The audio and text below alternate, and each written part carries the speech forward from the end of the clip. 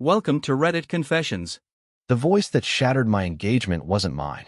It was hers, Claire's, whispering, "Don't stop," into my best man's ear like a secret meant for someone else's nightmare.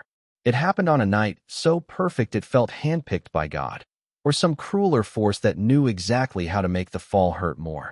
Late September in Napa Valley, the kind of evening frozen in high-end wedding brochures.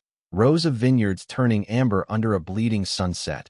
The breeze warm with the scent of roasted garlic and rosemary. Wine glasses shimmered like molten gold.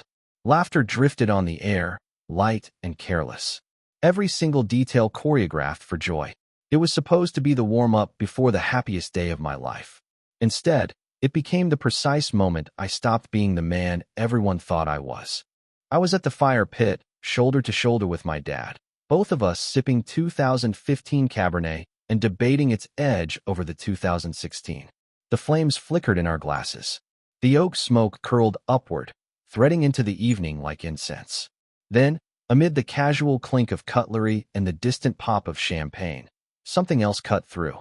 A faint crackle, like the beginning of a song. Someone had connected their phone to the Bluetooth speaker behind us. Then, "Don't stop, Derek." Oh God, just like that. Time didn't just slow. It halted. My jaw didn't drop. My beer didn't fall. I didn't flinch, didn't make a sound. Instead, everything inside me went silent, like the lights of a city going dark one block at a time. I stood there, completely still, beer paused at my lips, its foam brushing my mouth as if to check if I was real. It was her, Claire, breathless, eager. Her voice trembled with a kind of rawness I'd never heard directed at me. And Derek's voice, murmuring something in return, low, rough, intimate. No question, no misheard name, just the truth, naked and raw, piping through the speaker like a poison gas leak. Matt, one of my college buddies, was standing 10 feet away, face crumpling in confusion. He'd been trying to play our old drinking anthem, some dumb inside joke from sophomore year. But his thumb had slipped, hit the wrong file, a file that had no business being on my phone. "Oh shit," he muttered, fumbling with the screen. "Sorry, wrong one, wrong file." His laugh was forced, brittle. He killed the audio and switched over. People chuckled around us, thinking it was some awkward joke, some glitch in the playlist. But my ears were ringing, because I knew those voices. My fiancé, my best man. 3 days before I was supposed to marry her. My pulse didn't spike. My heart didn't race. It slowed, deliberately, like a machine winding down. Not panic. Something colder. Something ancient. The air around me felt thick, like walking underwater. I couldn't feel my legs, couldn't feel the glass bottle in my hand, until I looked down and saw the blood. Just a single bead, blooming from the crescent the bottle's lip had pressed into my palm. I'd gripped it that hard. No one noticed. Not the bite of blood, not the way my eyes had gone glassy. They were still toasting, laughing, cheering. Maybe even Claire, somewhere across the lawn, probably dazzling my aunts with that performative warmth. The same mouth that had just moaned his name. I set my beer down on the stone ledge without a sound. Then I walked. Not fast, not slow, just steady. Through the party like a man drifting through a dream. I passed candlelit tables, trays of hors d'oeuvres I'd helped pick out. Fairy lights strung like stars overhead. The smell of grilled peaches. The metallic tang of red wine on the air. I didn't look for her. I didn't look for him. I walked the stone path back toward the guest house, the crowd thinning behind me until all I could hear were crickets, the crunch of gravel underfoot, and the faint, ghostly echo of her voice replaying in my skull like a cursed lullaby. Inside, the room was cool, quiet. The air smelled of cedar and linen, with a hint of my cologne, vetiver, and smoke. My tuxedo hung there on the closet door like a sentry, perfectly pressed, pristine. A black slash against the soft cream of the wall. I stood there for a long time, breathing. Still, the silence of the room pressed against my eardrums, loud in its emptiness. My body felt disconnected from me, like I was piloting it from somewhere far away. My hands, my breath, my heartbeat, they were all operating on autopilot while my mind kept circling back. Every syllable, every goddamn whisper. "Don't stop, Derek." A flicker of something new bloomed in my chest. Not grief, not pain. Something colder, sharper. It didn't burn. It cut. And in that razor slice of a moment, I realized something so quietly, so devastatingly clear it echoed inside me like a vow. I'm still going to wear it. Because tomorrow, I would give them a wedding to remember, and it would be the last thing either of them expected.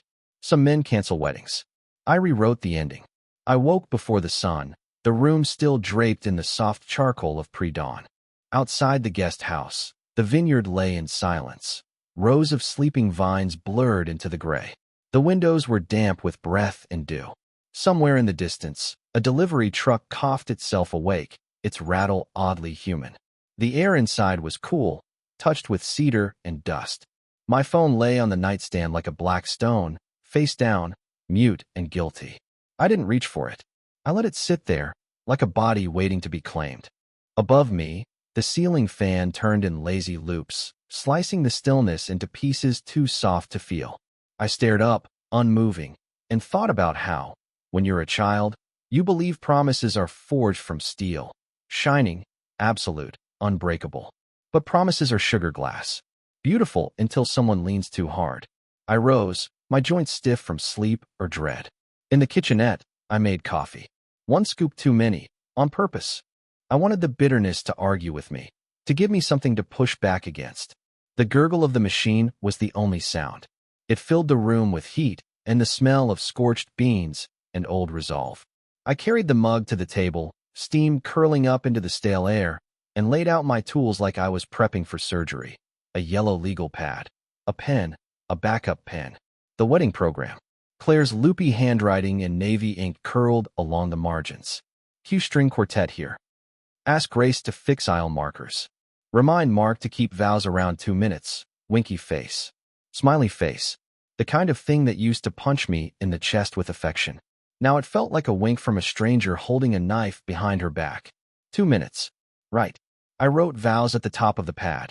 Then, with a slow, deliberate slash, I drew a line through it and wrote. Autopsy. I didn't shake, didn't fidget or pace. The stillness had returned, cold, surgical, like ice water running beneath my skin. Maybe I'd been preparing for this moment my whole life, without knowing.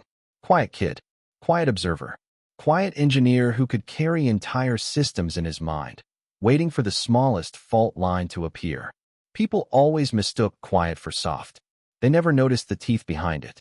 I began with the original bones, the vows I'd planned months ago. Gentle words. Earnest. Naive. I promise to choose you every day. I promise patience when you need it and honesty when you don't. I promise to keep us safe from everything I can. I stared at that last line until the ink blurred. Safe. From what? The world? The weight of time? Myself? I crossed it out and wrote. I promise to keep us safe, even from the lies we tell ourselves. Better. Still too soft. I wasn't writing poetry. I was threading a wire through the walls of a bomb. Outside, dawn cracked over the hills. The vineyard lit up, each vine outlined in gold. The rows looked like musical staves, waiting for a song. I poured another mug and thought about the first time I saw Claire cry. On the floor of her empty studio apartment, her knees touching mine, her eyes wide and wet from This Is Us. She'd buried her face in my t-shirt and sobbed into me like I was safety. That night, I'd sworn I'd never be the reason she cried. I underlined never and wrote beside it. Define make. The pad filled slowly. No accusations, not yet. Just carefully sharpened lines, designed to be innocent at first glance and fatal upon second. Every sentence pulled double duty, love for the guests, indictment for the guilty. I wrote for an audience that didn't know it was a courtroom. The first draft took an hour. The second, 30 minutes. I stripped the sentiment, kept the structure, made each line a blade. Between edits, the red flags drifted back, one by one, like ghosts I hadn't invited.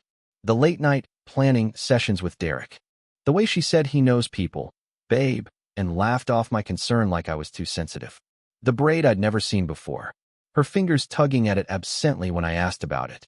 Grace did it, she'd said, voice too fast, eyes not meeting mine. The locked door at Derek's office. The sudden silence. The look on his face when he opened it. Relieved. Guilty. The monitor behind him dead. The way she started leaving her phone face down. Always face down. And the flinch, so subtle, when I reached for the salt beside it. And the smallest one, the dumbest one, the change in perfume. Jasmine gone. Replaced with vanilla, Derek's ex wore vanilla. I'd helped him move her out. I remembered that scent. It clung like regret. My pen hovered, then scratched. Scent is a map. A knock at the door. 3 light taps. A pause. 2 more. Claire's coat. I didn't move. Another knock. That same smile woven into sound. Mark? You up? I slid the pad under an old The New Yorker and opened the door.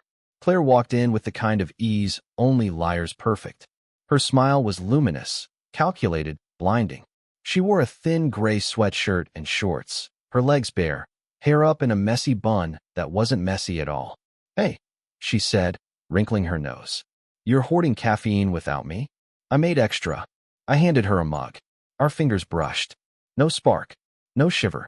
My skin didn't feel hers at all. She took a sip and made the face she always made, like she was swallowing fire on a dare. You okay? She asked, scanning me like a puzzle she was trying to solve before it solved her. Just nervous, I said. Timing. Vows. Your Uncle Tom's 3-page stand-up routine. She groaned. I told him. 2 minutes. No jokes about you being a tech nerd. I mean, be original, Tom. I smiled.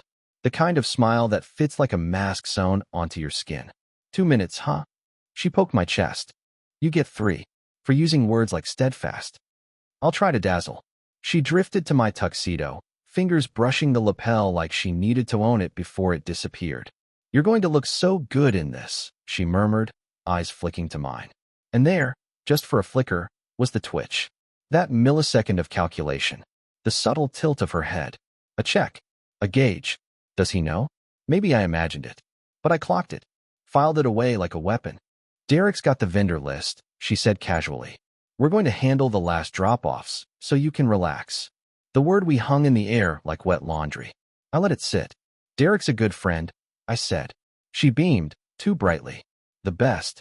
He's been, you know, amazing. Yeah, I said slowly. He's definitely on top of things. Her body stilled. Barely. Maybe it was her hand tightening around the coffee cup. Maybe it was the way she didn't blink. But I saw it. The flicker. She kissed me. Soft, gentle, too rehearsed. I counted 3 seconds before pulling away. She lingered, like she was waiting for me to chase it. I didn't. She stepped back, adjusting her sweatshirt. See you at the venue, she said. Text if you need anything. I will. When she left, the door clicked like a trigger resetting. I lifted the magazine. The legal pad burned under it. I scanned my lines, circling the ones sharp enough to draw blood. I knew love wasn't perfect, but I thought it was honest. You taught me that silence is a decision. I promised to keep my eyes open. I choose truth, even when it hurts. And finally, I am here to make a promise, with my eyes open, my heart unblind, and my memory intact. Memory mattered, because I remembered everything. At 10, the venue came alive like a hive. Staff moved briskly, assembling the white tent in claps and snaps. Flowers spilled over tables like intentional chaos. The string quartet tuned in the shade. Claire floated through it all like a social breeze. Derek arrived late, sunglasses hiding his eyes, that smug smile pasted on. He clapped me on the shoulder too hard, leaned in too close. My man, he grinned. Today's your day. All day, I said. Grace found me by the water station. Her gaze was clear, her voice low. You look like someone just dared you to hold lightning in your teeth. I'm fine. No, you're not. But you're also not broken. So, what's the plan? I met her eyes. Held them. Show up. Tell the truth. Let it land. She nodded. Then aim for the heart. Back in the guest house at dusk, I folded the vows. Slid them into the jacket. Practiced pressing my palm over my heart. Calm. Firm. Steady. By the fire pit, laughter rose. Derek howled at something someone said. Claire sparkled beside him. I raised my glass from across the lawn. He mirrored me. 2 actors. 1 stage. 1 final scene. Claire found me under the olive trees. You disappeared again, she murmured. Just taking it in. She laced her fingers into mine. Vanilla wrapped around me like a lie made of sugar. Tomorrow, she said, head on my shoulder. We get everything we planned. Everything, I echoed. That night I dreamed of wires. Of mouths frozen in horror. Of truth wearing a boutonniere. At dawn, I reviewed the vows one last time. At the bottom of the second page, I left space. I uncapped my pen. Sat still.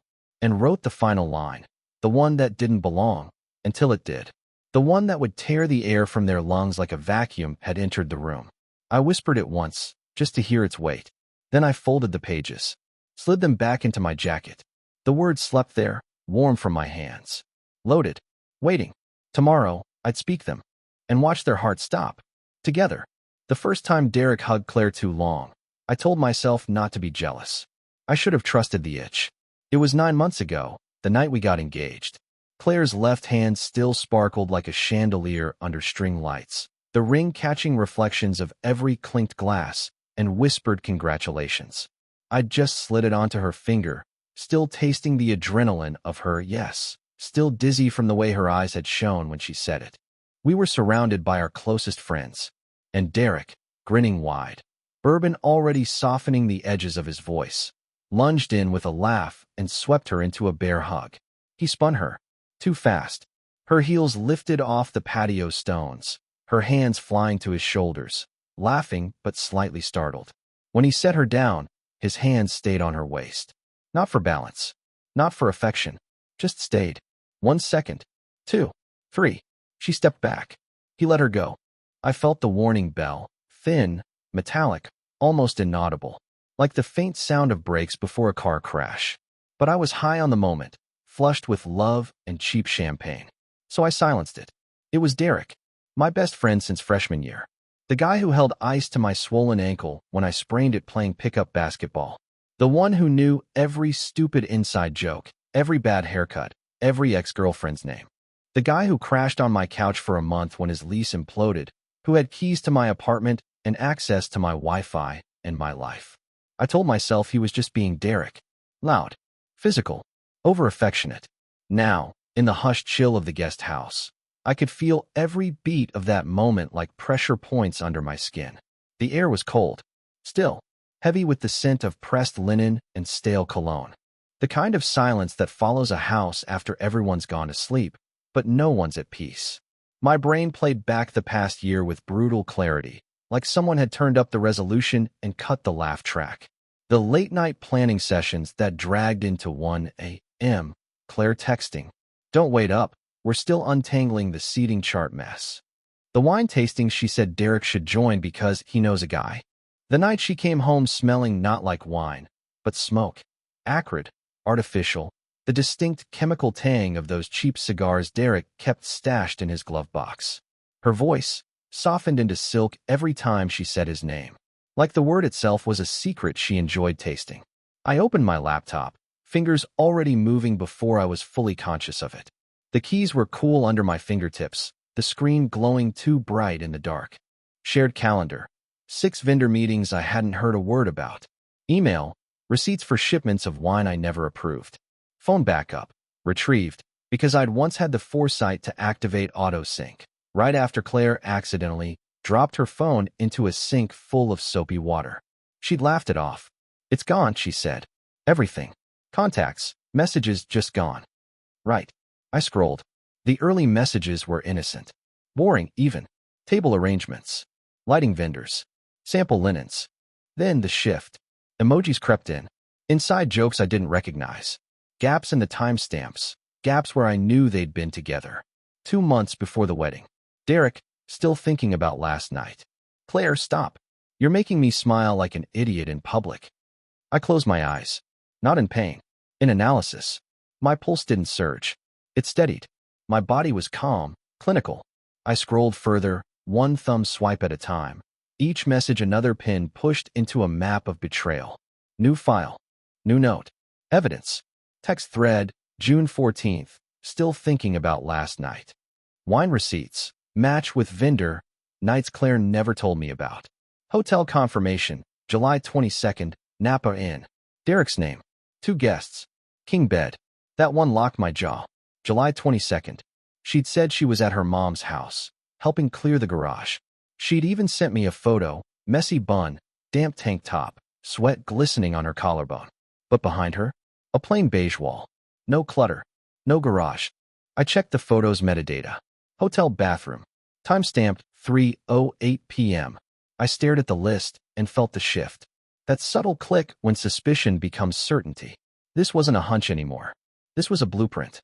A forensic reconstruction of infidelity. A knock cut through the stillness. I snapped the laptop shut. Grace stood in the doorway, sunglasses still on despite the fallen sun, the sky behind her bleeding orange. She handed me a glass of water like it was medicine. Her mouth was tight, her posture still. "You look like you're in your head," she said, voice low. "Just tired." "Bullshit." She tilted her head, studying me the way she'd studied Claire during dress fittings, searching for loose threads. "You're running plays." I didn't confirm. I didn't need to. The slight twitch at the corner of her mouth told me she already knew I had a plan brewing. Across the lawn, Claire and Derek stood under string lights that flickered like they were struggling to stay lit. She held her phone out, laughing. Derek leaned in close, too close. His hand brushed her arm. Not possessive, not flirtatious. Claiming. Grace followed my gaze, her eyes sharpening. "Careful," she murmured. Not a warning. A reminder. Careful meant slow. Deliberate. It meant cutting with surgical precision, not swinging like an axe. Careful wasn't fear. It was strategy. They thought I was sulking in my suite, nursing some last-minute groom's nerves. They didn't know I was mapping revenge across a vineyard floor plan, where every toast, every table, every set of eyes could be positioned like dominoes before the fall. They didn't know the vows had been rewritten to bleed. They didn't know the groom didn't come to get married. He came to bury them, alive, in front of everyone. And he was going to do it in a tailored tux, smiling. It's incredible what people reveal when they think you're broken. Maybe I looked it. Eyes hollowed out like old fruit, posture slack in that gentle way people mistake for grieving. The quiet groom in the background, straightening linens that didn't need it, nodding too much. Maybe I'd finally mastered the art of wearing a bruise without showing the break beneath. Either way, they stopped watching me. And when people stop watching you, they relax. Tongues loosen. Fingers forget where they're allowed to rest. By noon, the rehearsal had calcified into routine. The wedding coordinator paced like a sergeant in a headset, barking logistics into the air. The officiant droned with self-importance, savoring every scripted blessing like he'd written them in stone. The string quartet tortured Pachelbel's canon with the fury of musicians who'd played it one too many times and hadn't been paid yet. The lawn was too green. That curated, rich green that whispers wealth. Carefully mowed shadows, fresh mulch like the earth had been airbrushed. I moved through it like a metronome. Steady, controlled, chair to chair, table to table, straightening place cards that were already perfect, adjusting napkins folded like origami secrets. I didn't speak much, but I was there, the doting groom, hands busy, heart presumed steady. But I wasn't decorating. I was listening. "Can we move the arbor 6 inches to the left?" Claire asked the florist, 2 fingers resting on the wood like she was checking for a pulse. "It'll align better with the cypress in the background for the photos." The florist nodded quickly, already summoning her crew. Claire didn't even glance at me. She used to seek me out every 20 seconds.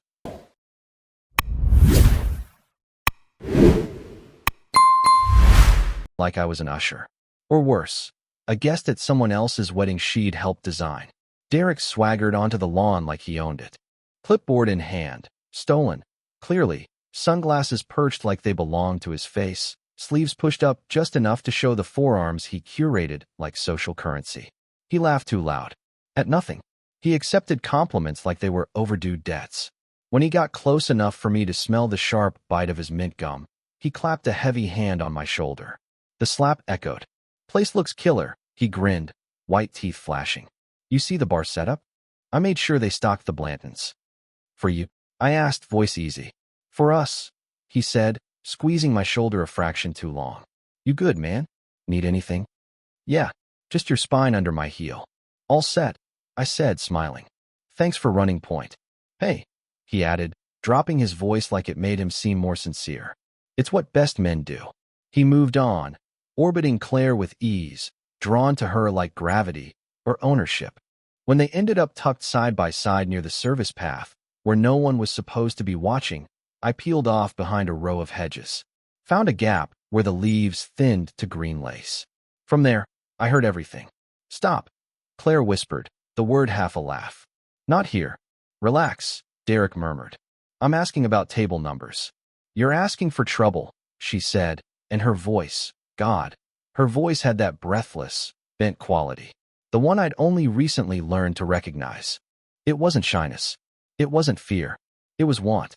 Want hiding behind pretense. Later. Later, he echoed, and I could hear the grin in it. Paper rustled. Menus, programs, an excuse to be close, and then a pause. Long enough for a kiss, if you weren't worried about who might notice. Claire's breath slipped out, soft and low, the kind that could be a sigh or a reset. I turned away before my brain gave the scene more detail than I could live with. Hearing was enough. The choreography.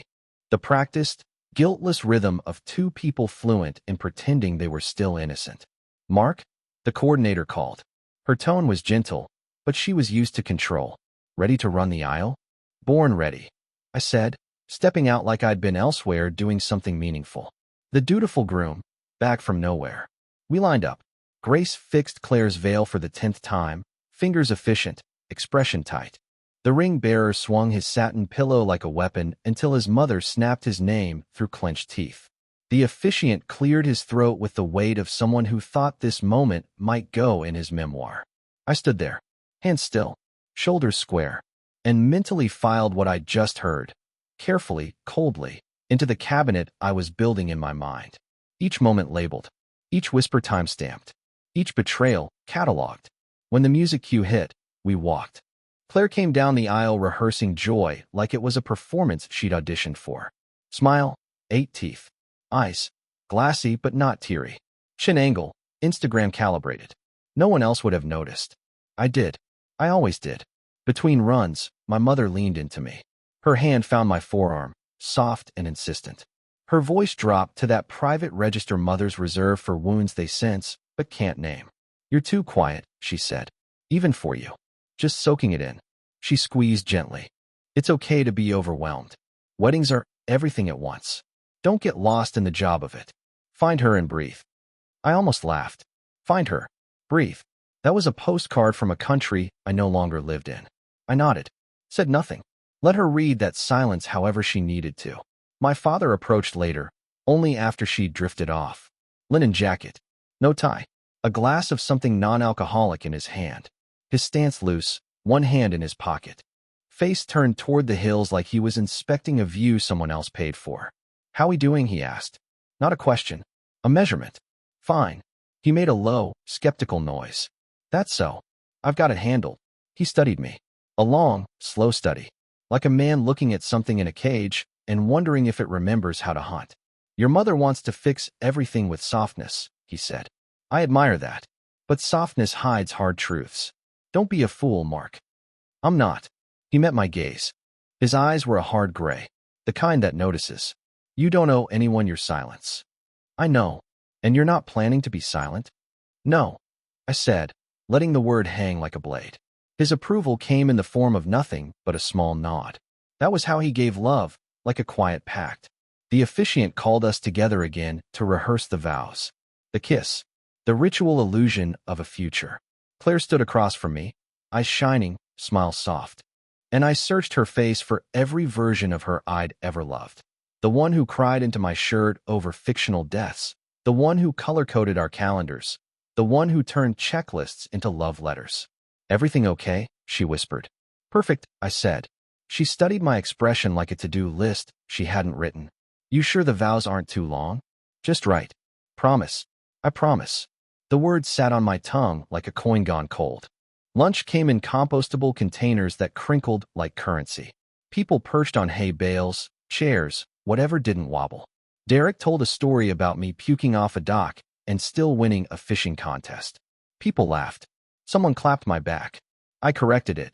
Dock, not boat. And the correction was enough to make the story true again. Grace sat beside me, dissecting her salad like it had personally offended her. You're doing the face, she murmured. What face? The one where you're solving a problem no one else knows exists yet. I smiled. Barely. Maybe I'm just thinking about the ring bearer and his pillow as a weapon. You're funny when you lie, she said, and stole my fork because I wasn't using it. Want a better lie? Sure. You're okay. Fantastic, I said. She didn't laugh, just tilted her head. Want me to do something? Be observant. That's my default setting. Then keep it. Later, I helped the sound tech test the lav mics. I watched the little red light blink steady on my lapel. It looked like a heartbeat. Or a countdown.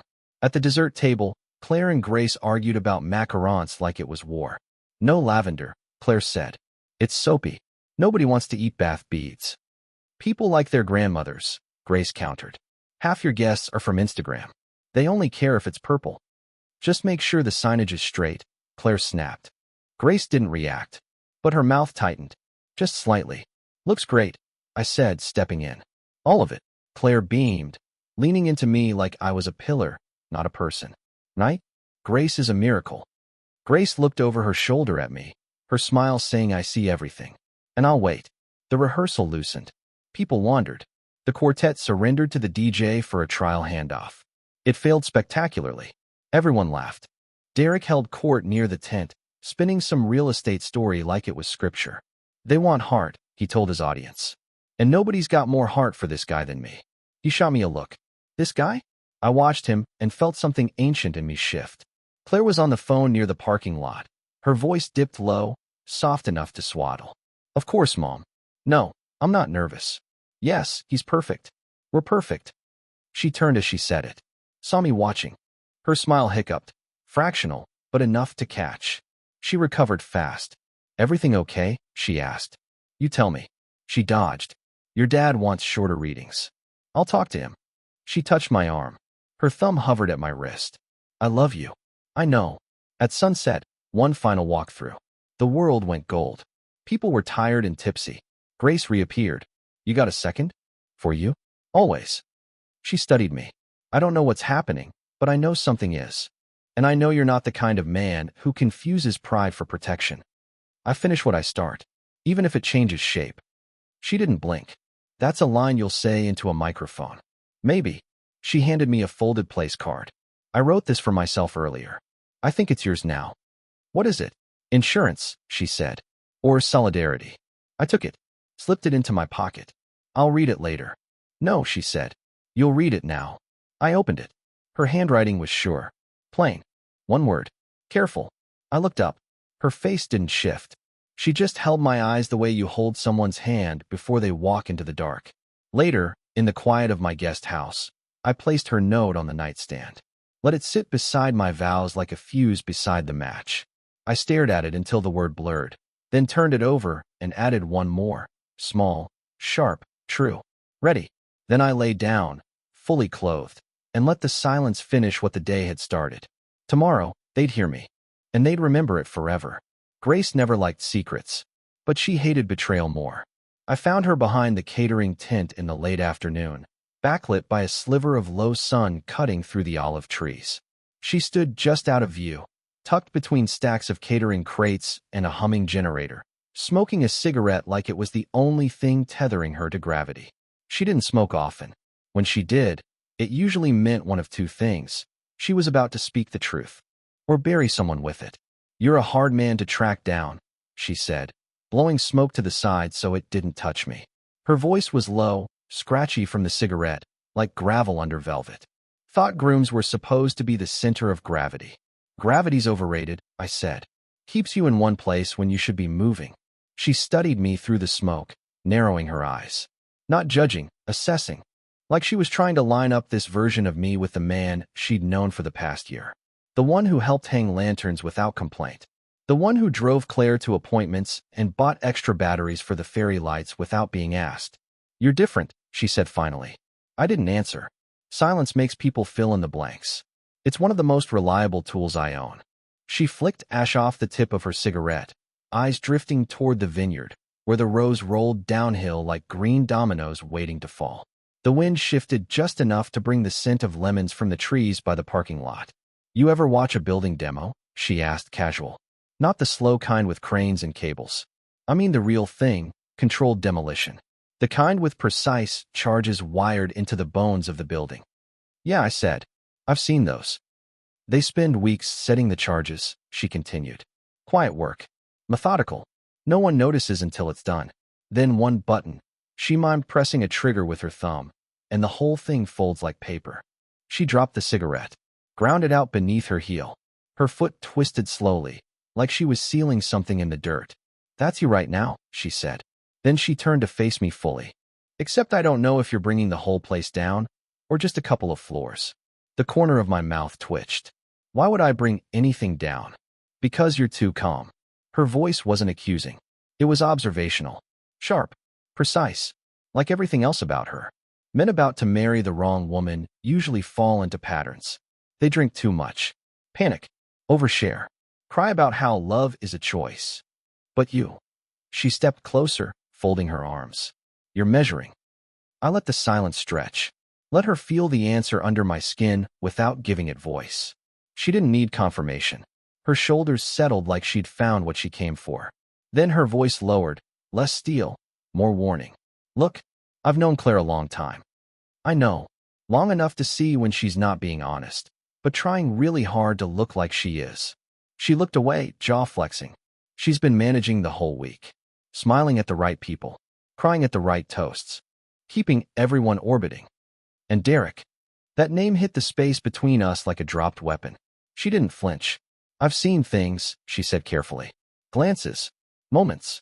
The kind of micro-interactions people write off because no one wants to be the one who starts a fire during a wedding. My voice went cool. Controlled. Maybe they're just close. Grace laughed once. Sharp. Dry. Sure. And maybe I wear heels because they're comfortable. She exhaled through her nose and leaned her shoulder against the wall of the tent. The canvas creaked slightly, the generator buzzing behind her like an unspoken warning. I'm not here to feed your paranoia, Mark, she said finally. I'm saying if you're seeing something, you're not crazy. And if you're not seeing it, then I am. I studied her face. The way her mouth pressed into a line too careful to be indifference. The way her fingers still twitched like they missed the cigarette. What are you actually telling me, Grace? She met my gaze, held it like a dare. I'm telling you to keep your eyes open. They're open. She nodded. One sharp movement, like a box checking itself. Then she reached into her oversized canvas tote and pulled out her phone. Her thumb moved across the screen, fast, practiced.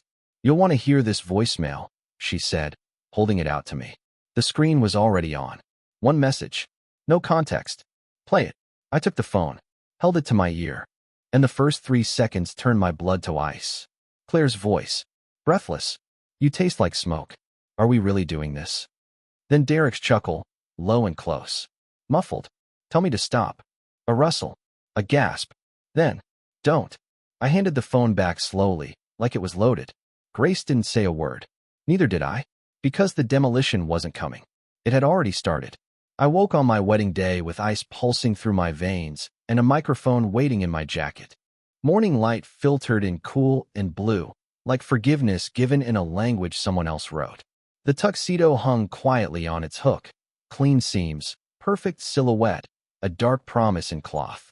Nearby on the wooden table lay my vows, neatly folded beside the place card Grace had given me. Careful, written on one side. Ready, on the other. I sat up slowly, memory hitting like a submerged step. Grace's phone in my hand the night before, her thumb hovering over play, suspending the cut of truth. The voicemail, muffled, urgent, unmistakable. Her voice, steely soft. We can't talk like this. His, less swagger now, reduced to plea, he's too calm. Then her tone of ownership. I'll handle it.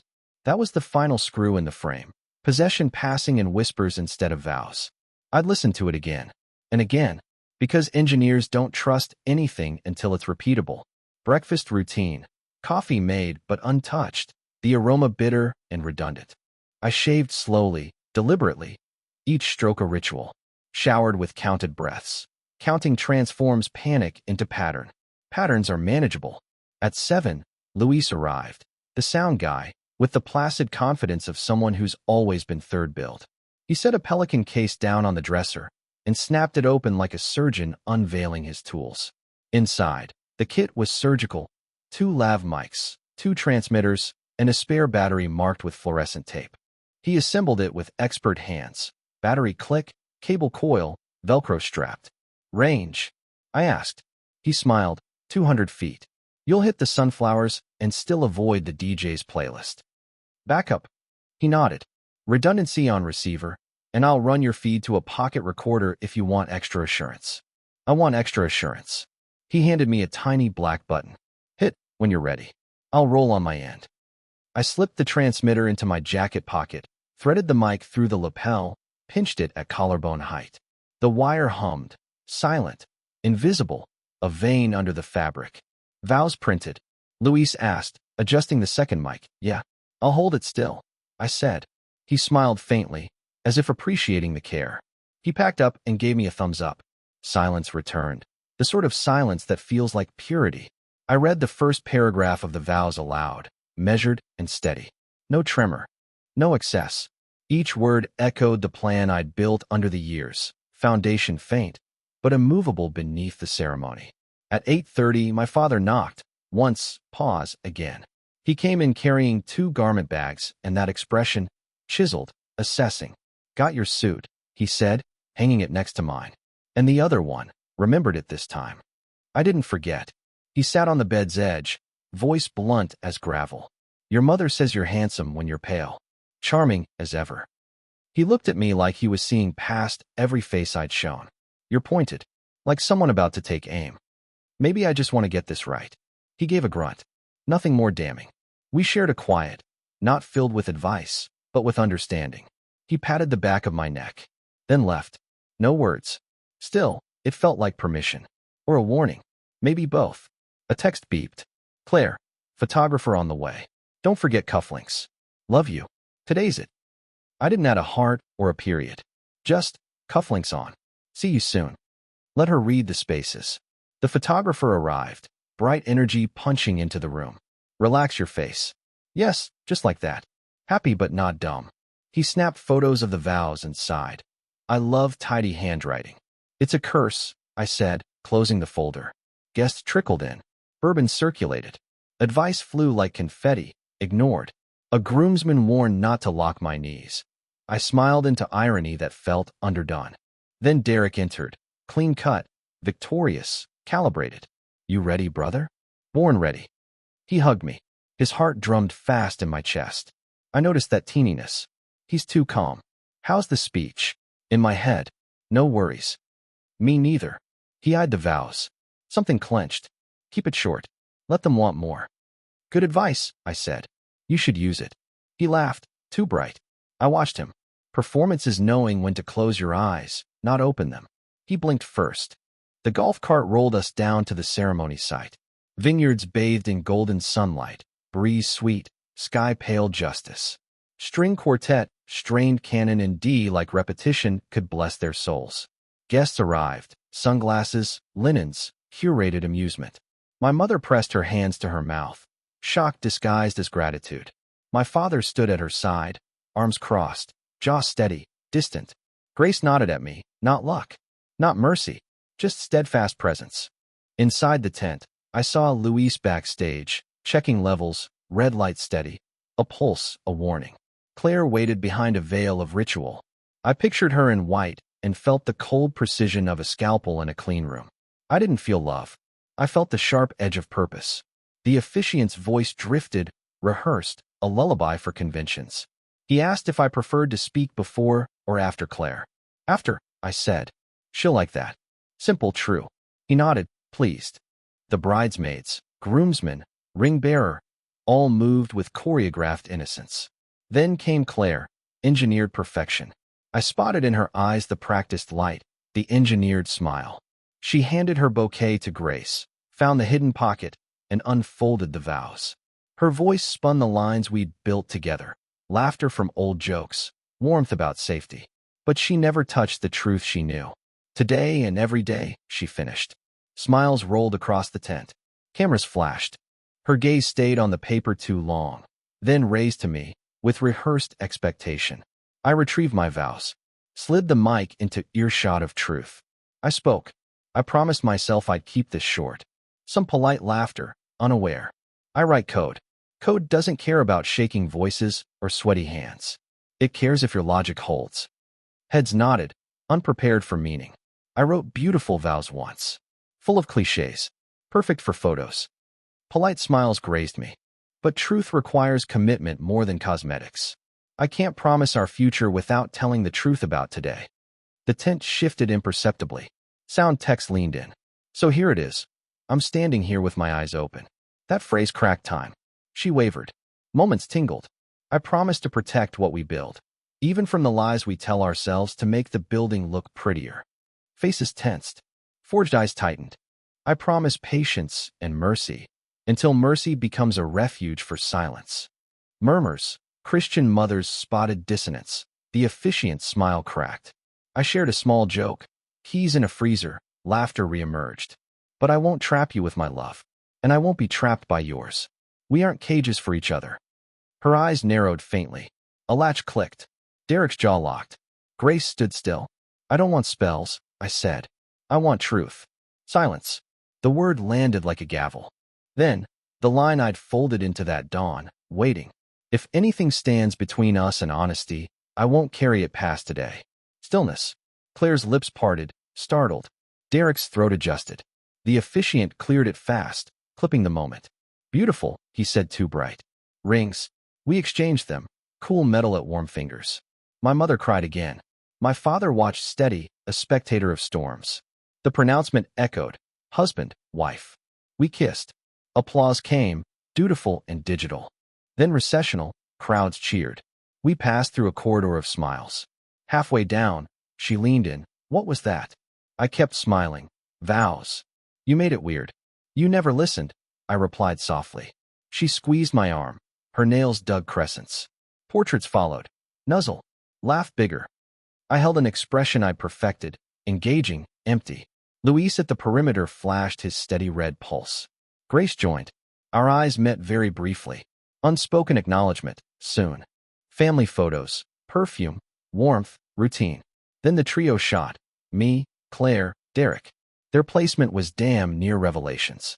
Imagine futures and poses. Cocktail hour arrived like a slow wave. Shallow chatter, comfort foods, meaningless ease. People asked me about the honeymoon. I offered a city. Her glowed on cue.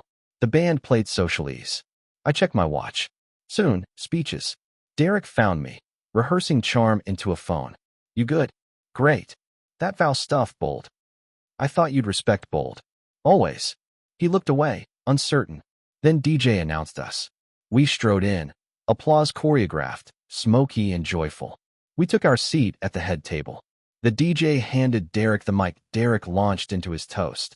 College tales, loyalty. Never seemed two more right. He lifted his glass. To honesty as our anchor. His voice cracked. He tried to sell sincerity. Applause. Slaps. He handed mic to me. I rose. The distance between carefully curated smiles and the quiet storm under my breast felt small, but it held the weight of everything. I looked at Claire, perfect bride, brilliant architect of moments. Then I held up my hand slightly, gentle, declarative, and the applause paused, considerately. I promised to love you, but you already broke us before I had the chance. I didn't start with that line. You can't open with the kill shot. You've got to take their hand first. Lead them gently through the meadow. Let them believe they're safe. Let them smile at the birdsong before you point out the cliff edge beneath their feet. The DJ handed me the mic like he was passing me a trophy. I took it like it weighed something real, like it might hum if I held it too long. I stood, adjusted my jacket, and turned to face them. The crowd, neat and golden under string lights and catered illusion. Rows of smiles fogged by champagne. Faces already softened with the comfort of a successful day. Behind them, a sunset bled into the vineyards like spilled wine. Cinematic. Picture perfect. And beside me, Claire.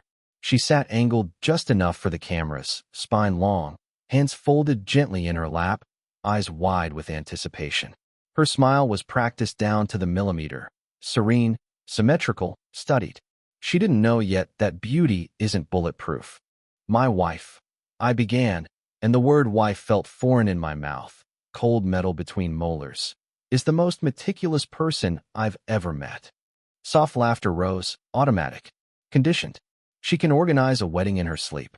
She can tell you exactly how many wine glasses are on this property right now, and she'll notice if even one goes missing. More laughter. Claire smiled, poised, tight, the kind of smile you staple in place. She tucked a stray hair behind her ear, fingers graceful. Her body language said, I've got this. I let the quiet stretch a second longer than necessary. Let the tension hang between syllables like condensation on a wine glass. What I've learned, I continued, is that being meticulous isn't just about control. It's about knowing what matters enough to protect. What's worth your energy, your attention, your time. My eyes swept the room.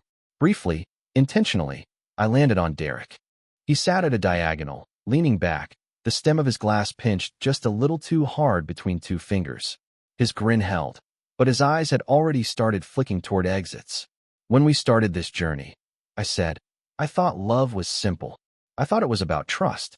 You give someone your heart, they give you theirs, and that's it. Transaction complete. Mutual exchange. A few people nodded, middle-aged, married, believing. But real trust, I said, isn't a one-time trade. It's an investment. It's a choice you make daily, over and over, even when it's inconvenient, even when no one's watching. The temperature dropped. Claire shifted, just a blink. The crease between her brows deepened 0.5 millimeter. You wouldn't notice unless you knew her the way I once did. Grace's fingers curled against her champagne flute. Her gaze never left my face. And I'll be honest, I said, dropping my voice just enough to force the mic to lean in. There have been days when I didn't feel chosen. I paused. A breeze stirred the linen napkins. Days when silence filled the space where truth should have been. Claire's smile trembled. Not enough to derail the illusion, but enough for me to see the hairline fracture. Enough to know it hurt. I let the quiet sit on their shoulders. Then I softened, let warmth return to the edges of my voice like a man trying to salvage something. But today, I said gently, I choose you. And I choose to keep my eyes open. To love you without illusions. And to ask the same in return. Another breath. Another beat. Then I gave them the line I'd been crafting since the hour before dawn, the sentence folded into my pocket like a blade. I promised to love you. But you already broke us. Before I had the chance. It landed. Like thunder. It split the tent open without sound. Not everyone understood it. But some did. And those who did went very still. Claire froze. Her breath hitched, audibly. Her mouth parted, lips going dry around the corners. Her fingers twitched against the bouquet like they'd suddenly forgotten what they were holding. Derek's hand, clenched around his champagne glass, twitched. A tiny shift. The glass tilted. He didn't sip. Grace? Grace breathed in, slowly. Her mouth formed a soundless O, and I saw it. Satisfaction tempered by mourning. The rest of the room? Flickers of unease. A few tight laughs. One whispered, "What did he say?" Another murmured, "Was that part of it?" No one answered. I folded the paper, slid it into my jacket pocket like a magician palming the last card. I let my eyes touch each guest in turn, row by row, face by face, as if to say, "You saw this. You were here. This is your inheritance now." And then I smiled. Not cruel, not victorious, just done. I raised the mic a final time and said, simply, "Enjoy the reception." A breath, a step back. I won't be there. The silence that followed was a vacuum. And I left it there, untouched, for them to choke on. The moment I left that altar, I became someone else. Not a runaway, not a victim. Something far colder, like peeling the skin off a story until all that remains is the bare metal operating system. Applause still echoed faintly behind me when I set the mic down on the head table. The click of its bass settling thudded in my ears like the closing of a vault. I stepped through the curtain of eucalyptus garlands framing the tent, leaves fragrant with sharp green life whispering behind me. I didn't look back. Looking back is for negotiators. I didn't want to negotiate with what had been. The coordinator spotted me first, her flashlight smile flickering in the gloom. "Mark? First dance in 20 minutes, I said, voice even. "Got it." Her hand swept through the air where my sleeve had been. Behind her, camera shutters popped, capturing every rehearsed face, none of them mine. I followed the service path, gravel crunching under my shoes, foliage brushing my sleeves, through the hidden underbelly of the estate. Beige utility doors, coiled hoses, and a breaker box framed my exodus. A place guests never see. I'd scouted this path yesterday with the sound tech, 68 precise steps to the discreet back gate, noting the crunch, the stray branch resting just above shoulder height. I paused. The gate was chained, not locked. Fabricated security. I unlocked it and slipped into the service lot, where battered delivery vans dozed under sun-bleached leaves.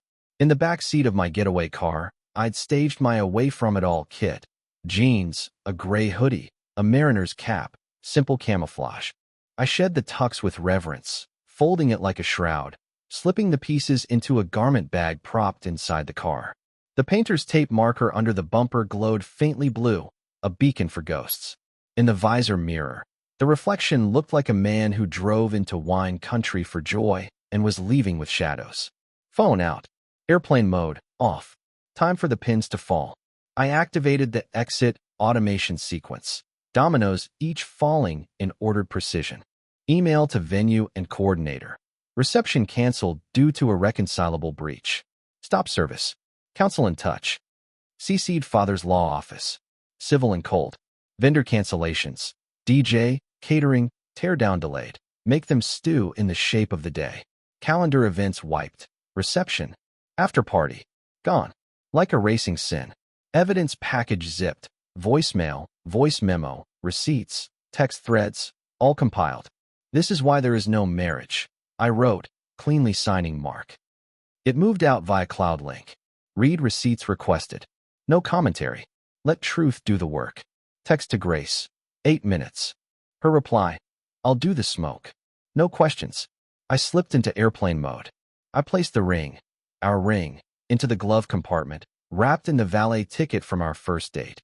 A note that promises can weigh more than metal. I grabbed a burner phone from under the visor. Cheap, anonymous. Called a ride 2 blocks away. Moved my own car a slow, deliberate glide to the maintenance shed corner. Visible enough to stop suspicion, invisible enough to hide me. Outside the tent, laughter and music filtered through the canvas. Almost ready, the coordinator announced into the void. The band rebuilt Canon in D for the 10th time. No one in that bubble knew the bride had just lost the groom. Luis stood by his board, the red light on my channel dark. Clean. Invisible. The ride slowed near a mailbox. I climbed in. Airport?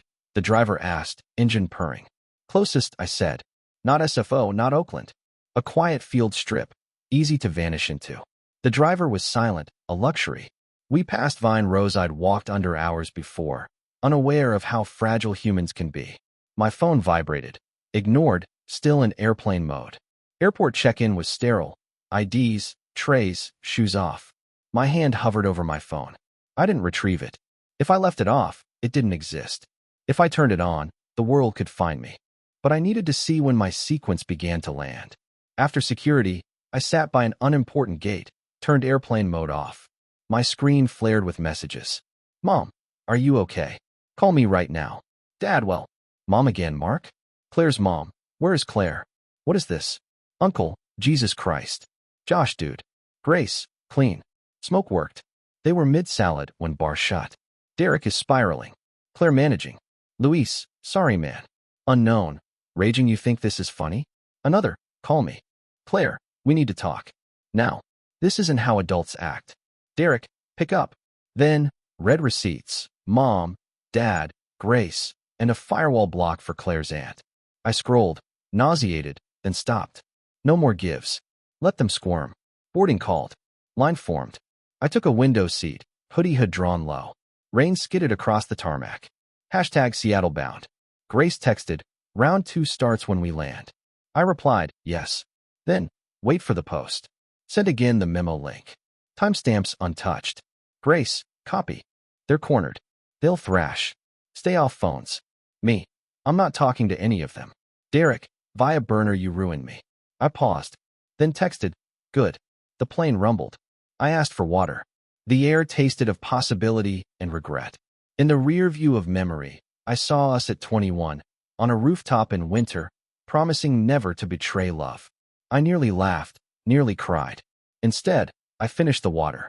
Seattle appeared under clouds and rain. A place that forgives when you don't ask for it. Landing. The terminal carpet smelled like purpose. I leaned into it. Dad called. I answered.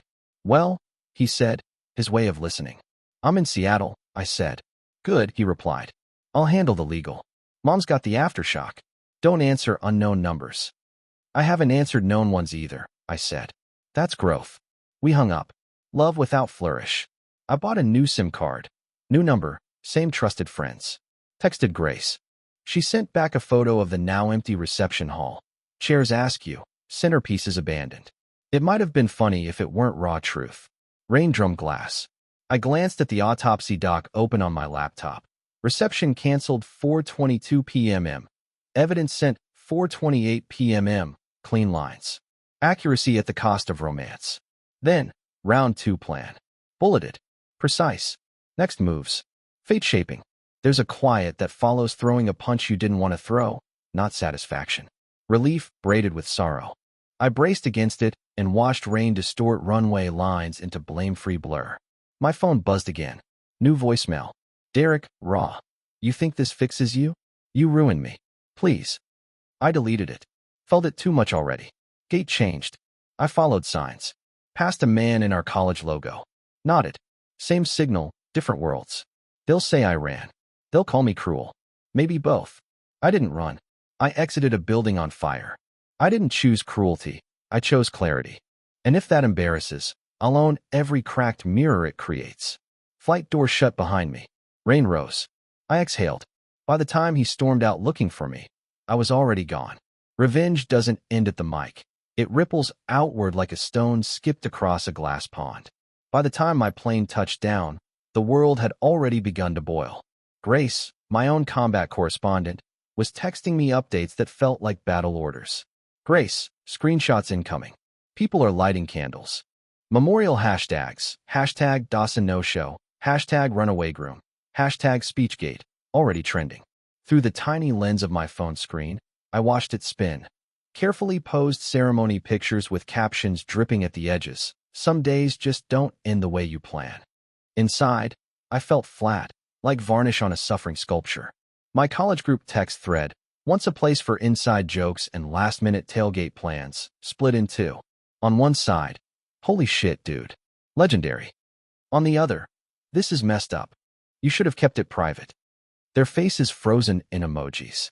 The private camp lost its momentum once Grace resent the evidence link. Neon highlights blazing over betrayal anchored in time. Claire's family went silent in the group chat, but their separate accounts screeched with subtext. Her cousin, furious. Imagine embarrassing the whole family because you can't adult. Mom's profile bloomed with a photo of little Claire, curls and fairy dress. My little girl, always. Translation brimming. Choose her, not him. Her brother DM'd me 3 times. You blindsided her. All of us. Hope you're happy. I didn't reply. The file spoke with colder clarity than words ever could. Grace's updates came like dispatches from the front. Grace, Derek cornered me by the bar. Asked if I was in on it. I told him I don't drink with people who owe me apologies. Grace, your mom's holding court, saying you did what you needed to. Dad's just staring at people until they look away. Grace, Claire's spinning a story. You had a breakdown. Half believe her, half don't. Division is power. Let it fracture them. Then, just after midnight. Grace, Derek's brokerage pulled his house. Lease ting removed. Someone emailed the buyer about disclosure discrepancies. Sound familiar? I was in a dim hotel room at that moment. The ceiling above me, cheap, patterned, flickering under fluorescent hum, felt suddenly holy. Grace, they're spinning it. Ready for round 2? I wouldn't need to rehearse. I was ready. Before she planned the wedding, she planned to use me. So I made sure she walked away. With nothing. Money doesn't glitter. It doesn't sweep you off your feet or steam declarations of love onto mirrors. But money maps you. Reveals what you guard, what you covet, what you apologize for because the world once told you you were special. Claire loved the theater of generosity, sweeping up checks with a slight wince, cascading tips in public. I got it, she'd say, like she knew how the applause sounded in bills. But when the lights went down, she loved the feel of other people's money. Her polished priorities betrayed themselves in the quiet countdown of her expectations. I realized it that day we signed the prenup. We sat in a cramped French bistro, tables elbow to elbow, bread holy, waiters judging my Tabasco spritzed soda order. I rehearsed my line, careful as a prayer. I want us to protect each other, not me from you. Us. I cradled those 2 letters like truth. She didn't blink. Of course, she said. Her parents would insist anyway. She smiled with comfort. Not comfort toward me, but toward a bargain she already saw winning. We'll make it fair. And we did. Clean lines. No alimony. Separate property stays separate. Joint expenses split when marriage ended. Inheritances exempt. Future income stays with its owner. If you're marrying for love, you sign with a steady hand. If you're marrying for lifestyle, the pen feels like lead. Back in a Seattle hotel, rain scraping the windows, I opened my laptop, clicked the folder labeled Civil Defense. Rivers like way into enemy territory. Contracts, account lists, the prenup PDF smiling up at me with both signatures crisp, formal, hopeful. I call my father. Me, financials. Dad, tell me what's joint. I named them. Amex, wedding check card, nothing else shared. My accounts, solo. Hers, her event planning LLC only. Dad, cancel the Amex. Freeze the joint account. Dispute anything prepaid. Don't touch her business, even if you could. Keep your hands clean. Want me to send a formal letter to the venue? Me. Send it. I'm done being nice. He exhaled. Approval without praise. I hung up. Round 2 wasn't about rage. It was housekeeping. I opened the Amex app. Her and me, Rome, fond memory as the wallpaper, gone.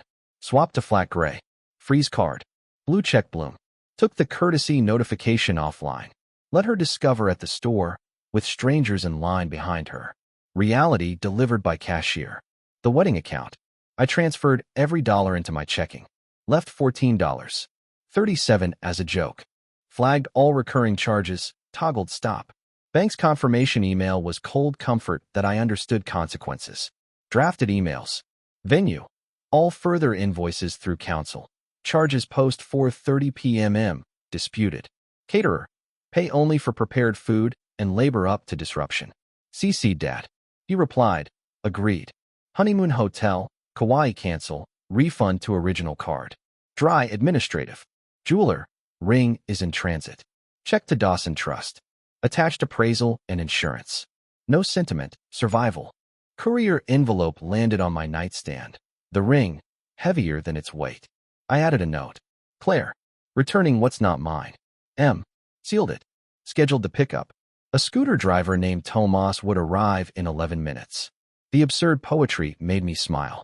Derek. Momentum king. Charm and handshakes. A house sale closing next Thursday. His patter louder than reality. He had a stucco room. Unpermitted. I didn't need to invent. Just show him the light. Pull public records. City permit database. HOA minutes. No permit. HOA complaints. Details he should, and hadn't, disclosed. Drafted polite email. Dear Ms. Patel, regarding the property, at address. Public records show patio enclosed without permit. See screenshot. HOA minutes note exterior modification fines. Listing says fully permitted. Potentially inaccurate. You may wish to request clarification. M. Dawson. No flourish. Let legal curiosity crack precedent. Send. Within minutes. Buyer's agent replied, forwarding to Derek's broker. The broker's reply. Committed to transparency. Covering smoke. In the lobby, I handed the courier envelope to Tomas. He walked it into the twilight. My life crystallized. Gratitude mixed with loss, compacted between velvet and leather. Back in the room, coffee on the table like a dare. I opened my engagement spreadsheet. Hers versus ours. Dresses on consignment, LLC invoices, misleading vendor meetings, mismatched flight itineraries. Not illegal, but directed arithmetic to motive. I broke the website account. Line read, we'll be back soon. Added a final cell. Wedding, final, $0 due from me. Then the phone spoke. Grace. Her mother is collecting sympathy like coupons. Me. They always post weather quotes when guilty. Grace. Derek fumbling. It's fine, he says too often. Tried lighting a cigarette. Drop the lighter. Lightning flickers when the mask breaks. Another email. Jeweler confirms check. Friday. Text from Grace. Derek's brokerage listing suspended. Ms. Patel. Transaction on hold pending clarification. Bless her. I showered, scrubbed off the vineyard's naive fragrance. Opened a doc. Claire. Ledger for memory, not court. Details, dates, debts of intention. Changed my direct deposit to trust, froze credit, set fraud alerts. I unsubscribed her from the knot. Let fluffy newsletters die unread in her inbox. Then voicemail arrived. Claire, this isn't who you are. Cruel. Embarrassing. I played it over and over. Dots. My reply. All written. No phone calls. Dot. Claire, you're not the only one who can lawyer, Mark. Dot dot dot. Silence. The echo of wildfire. Dad emailed a PDF. Notice of dispute. Rivers/Dawson wedding. Preserve everything. Legal fingerprint in cement. I lay back, ceiling humming air conditioner lullaby. Then, voicemail from unknown number. Derek, you think this fixes you? You ruined me. Please don't do this. I didn't delete it. I didn't respond. I let it hang, unanswered, like the first crack in his carefully painted facade. Then I left. Rain pulled the city edges close, monochrome and forgiving. On my connection flight, tasting black coffee and resolve, I leaned back and closed my eyes. He thought pressing a button made me vanish. But it only exposed the smoke. Flashy people shatter fast. And when they do, the splinters splinter everywhere. Derek wasn't quiet. He was neon. The kind of guy whose laughter echoed even in abandoned rooms and whose presence spread like wet concrete through a gathering. But even neon yellows crack under cold light. By the third morning after what should have been a wedding, his Instagram had gone dark. No daily grinds at the gym. No motivational mottos. His real estate page froze mid-scroll. Desert landscapes, staged kitchens, just sold proclamations, silenced. Grace's text came like a whispered rumor in a wake. Grace. He showed up at the office late, shirt untucked. Red eyes. Somebody cracked a hangover's joke. He nearly pulled their scalp off. I saw him there, hunched over his desk, fingers drumming on the keyboard like they were trying to code a lie out of existence. Every charm he once counted on had been budgeted and expired. Now, even paperbacks felt like ransom. Calls started evaporating. Ms. Patel's property on hold sang like sirens down the industry grapevine. Buyer interest, supportive but cautious, turned revisit later into no further action. Posters of his winning smile on digital boards became relics. His phone still rang, but squealed flat before anyone could ask his version of events. Then the real unraveling began. Voicemail 1, silent whine of a burner number. Then his voice, ragged. Mark, I don't know how to fix this. Tell me what you want. Silence. Then shame. I almost deleted it. But heroes listen. Villains listen harder.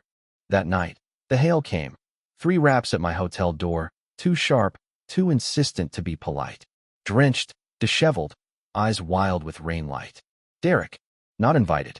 My heart locked mid-beat. I didn't open the door wider. He didn't move. Words hung heavy in the hallway, wrapped in damp air and unspoken consequences. His silence spoke of all the charm that no longer delivered. His shirt clung to bone. His gaze didn't match the self-assured glow from his faded profile pictures. You think this fixes you? He repeated, voice rough like gravel. No charm. Just ache. This was the moment flash turned to fracture. Letting him stand there was the grace he couldn't offer himself. Letting him break in that hallway told the story more than my words ever could. He looked like a ghost of the man who betrayed me. The hallway light was harsh, cold, unforgiving. Derek stood beneath it, water running off his jawline like confession, shirt plastered to chest, hair flat and dripping. No sunglasses, no swagger, no polished stubble. All that remained was a man-shaped apology begging for a place, and finding none. You followed me, I said. My voice was steady, brittle as glass. He shrugged, soaked, his shoulders dropping with the weight of navigation gone wrong. Grace mentioned you'd gone to Seattle once, and that plane photo. He touched the mariner's cap in memory. Breadcrumbs. Always breadcrumbs. I left the door open, a narrow invitation, a signal that this was not surrender. You here now? I replied. He crossed the threshold like someone stepping onto a stage he didn't audition for. The room exhaled lamplight onto his shoulders, and the oppressive dampness of the storm clung to him like an alibi. Say something, he urged, voice tight. You first.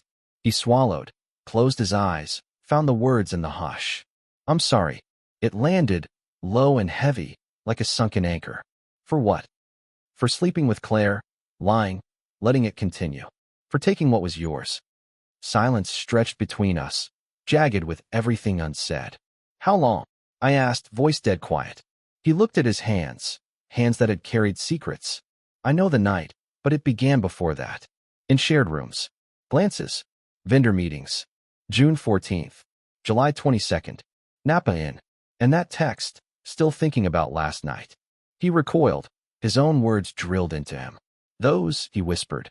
And the memo on my phone at the rehearsal, I said. How did it get there? His voice fractured. I moved your phone. Maybe it recorded. I didn't know. You're guessing, I cut in. You don't know. Yes. His words sounded like a confession. You weren't trying to hurt me, he stammered. I shot back. You acted like subtraction was survivable. He bowed his shoulders. The silence folded around older memories, porch nights, road trips, jokes shared. He lifted his head, voice small. We were drunk that first time. Drunk is a costume, I replied. The decision wears before the bottle does. He flinched. She called that night, not to stress you out.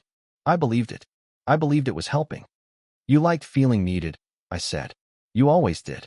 He closed his eyes. You think I never asked for anything until testing you became the game, he said. You were always the quiet one, and then would say one thing, and the whole room shut up. I assumed love protected itself. I assumed you'd act like you loved me when I wasn't there. And I betrayed that, he said, over and over. He swallowed, voice raw. We're not here to share blame, I said. You stood in my suit, called yourself best man, planned to toast to honesty. His hands covered his face. Rain pounded against glass as if the storm had found its cue. When he lowered his hands, streams streamed down his cheeks. What mattered was the collapse, not the label. I'm sorry, he said again. No explanation makes it right. Explain, I said. I'm listening, but this isn't a key. It's a ledger. He sat on the armchair's edge, distant and small. It was attention, from Claire. She looked at me like a mirror. His tone was raw with shame. She called when you were stressed. I stepped in. I told myself you'd thank me later. I let it hang. And did you ever plan to stop? I said I would, but then we said, just this once. And it kept being just this once. And then I stood beside you, in the suit. It's hard to forget that, I said. He nodded, swallowed again. I miss my friend, he said almost too quietly to hear. You miss the me who didn't question you. He flinched again, nearly met my eyes. I didn't come to get back. I came to tell you. I would have chosen you. No, I said. You chose you. Then her. He exhaled. Acceptance. I'm sorry, he said. I will stay sorry. Let it stick, I said. His nod was small, resolute. He stood abruptly. I need to tell you something else, he said. I braced. She might be pregnant, he said, voice faltering. My mind steadied as the word dropped. We stood in silence as the rain drummed harder. If it's yours, I said, we test. DNA. Fact, not assumption. He nodded, relief and dread coiling him tight. And if it is, I continued, voice hushed as night. You disappear from the stage you built. Learn to show up with integrity, not applause. He looked at me, a man seeing one clear road. If it's mine, I said, I'll figure out parenthood without marriage or lies. I'll protect that child. He believed me, maybe for the first time. He stepped to the door. Will you let me tell you the result? You'll email, I said. No calls, no surprises. His nod was final. I was your best man, he said, voice thick with regret. I should have been. You should have, I said. He stepped out. The door closed behind him like a ledger sequestered. I stood at the window. Rain blurred the world outside. A crosswalk lit with a jogger clutched flowers under an umbrella, tiny human story glowing against the wash. My phone buzzed. I opened a new note. Paternity, terms, test, boundaries, no contact until results. Counsel, prepare for either answer. I drafted an email to Claire, subject, next step, 3 lines that felt like doors I could choose to live with. Then my phone glowed again. Unknown number, voicemail. I pressed play. Her voice. Mark, I need you to hear this from me. Rain beat the pain. Words carried in droplets. And I waited, listening to her story unfold. I never planned to weaponize biology, but fate gave me the sharpest blade. Her email arrived 2 days later. Quiet. Almost courteous. Mark, we need to talk. I want to explain. I made mistakes. I know you hate me, but I still love you. Please don't shut me out. Love. A frayed garment she assumed would still fit me. I exhaled. I typed back. 9 words, steady. We test first. Then we talk. No exceptions. She didn't reply immediately. I knew then she'd hoped to choreograph the sequence. Conversation first, fact later. Not this time. At noon, 2 words. Fine. Tell me where. No courthouse theatrics. Just a private clinic discreet enough that their gossip could barely whisper. I booked 3 back-to-back appointments. Me, her, Derek. Same nurse, no shortcuts, no loopholes. In the confirmation email, I CC'd them both. Subject, required attendance. That was all. Derek called. I didn't answer. Then a text. This is humiliating. He was right. I replied. Correct. Test morning. The nurse moved with ruthless efficiency. IDs. Swabs. Seal. Label. My cheek. Claire's cheek. Derek's cheek. No lingering looks. Just the sterile click of caps. Claire's hair was pulled back, makeup immaculate, like she was auditioning for a headshot, not waiting for biology to speak. Derek's face, in contrast, was hollow, as if sleep left him a man empty of certainty. 3 days later, the results landed in a crisp envelope stamped confidential. At my temporary rental's kitchen table, with the blinds half drawn, sunlight sketched lines across the page. I held it steady. Probability of paternity, Mark Dawson 0%. Probability of paternity, Derek Lang 98%. No metaphors, just numbers. A verdict in crayon and cold truth. I scanned, printed 2 copies. Inside a plain box, clinical, quiet, I laid them side by side and placed a folded note on top. Now you've lost everything. One box shipped to Claire's apartment, the other to Derek's brokerage. No return instructions. No applause. Then I sat back, listening for the silence to scream. Some people only tell the truth when they've lost every place left to hide. The DNA results still lay on my table, simple and unforgiving, like a slab of truth sharpened into glass. The rage I expected didn't come back hot. It came colder, like January freezing river breath into crystal. I opened my laptop and built a new folder/evidence/final/. Inside, I collected every authenticated file. The rehearsal night voice memo that crashed into my life uninvited. Grace's voicemail caught by betrayal and luck. Unedited message threads with timestamps preserved. The HOA minutes and city records about that patio. Derek's hotel receipts. My fault line timeline. Just dates, facts, no adjectives. Then I added a readme. TXT note. PGSQL. These materials exist solely to correct false narratives. This is not commentary. This is a record. Names redacted to protect non-parties. I zipped the folder, password protected it, mirrored it across 2 cloud hosts, and set it to anyone with the link. From a fresh handle, 0 followers, I tweeted 5 words. Truth is a full sentence. Below it, the link sat like a fuse. No tags. No hashtags. No drama. I posted at the hour the internet calls dead, but my grief called honest. Then I closed the laptop and made coffee I didn't drink. 17 minutes later, a spark. A true crime handle retweeted. If this is legit. Then came armchair lawyers, bored aunties, digital saints everywhere chanting both sides. Grace texted, "You just fed the bad wolf." Then, 3 seconds later, and it deserved to eat. I watched the thread ignite. The evidence didn't need an anchor. The crowd drew conclusions from circles of facts alone. By noon, 8,000 views. By evening, 80,000. Someone sliced audio into a waveform with subtitles. Don't stop, Derek. Another mapped timestamps to pre-public social check-ins. The internet is viciously precise when you give it reason. I didn't touch the keyboard after posting. No likes, no replies, no corrections. A cousin of Claire's posted "Be kind." I didn't explain. The folder spoke. The first shock came 2 days later. Agent Derek Lang is placed on administrative suspension pending compliance review. A brokerage press release so legal it bled resistance. Administrative suspension is the polite way of saying, sit outside while we decide which part of you to dismantle. I allowed a single breath that tasted like a half-win. Then I turned to Claire. I didn't want to ruin her life. I wanted truth to dissolve the version of her life built on illusions. Those are not the same. From anonymity, I posted a screenshot of her email asking a premium venue to adjust late fees if they could sweeten her rate for future clients. Legal, yes, but ugly. Caption. This is what 4 appearances looks like. In hours, brides whispered in private groups. One publicly commented, due to recent developments, I will be moving in a different direction. The comment thread looked like a courtroom. Claire posted selfies, a latte, an empty desk. Caption. Taking a mental health day. Hearts poured in. Hearts are cheap. Silence is expensive. Mom called. Mom, do you feel better? Me, no. I feel accurate. Dad's email underlined. Let dates speak. No editorializing. I taped it above my desk. I drafted, then purified my reckoning.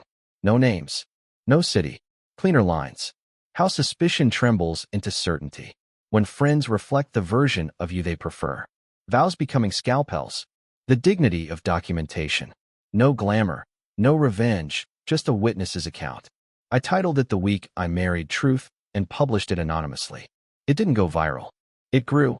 A therapist with a blue tick shared it. A lawyer praised its measured integrity. A podcaster mispronounced Napa as a verb and still made the piece land. Emails arrived with confessions. I heard it too. Now I can name it. Claire's public response. Heart-healing graphics. Heart emojis.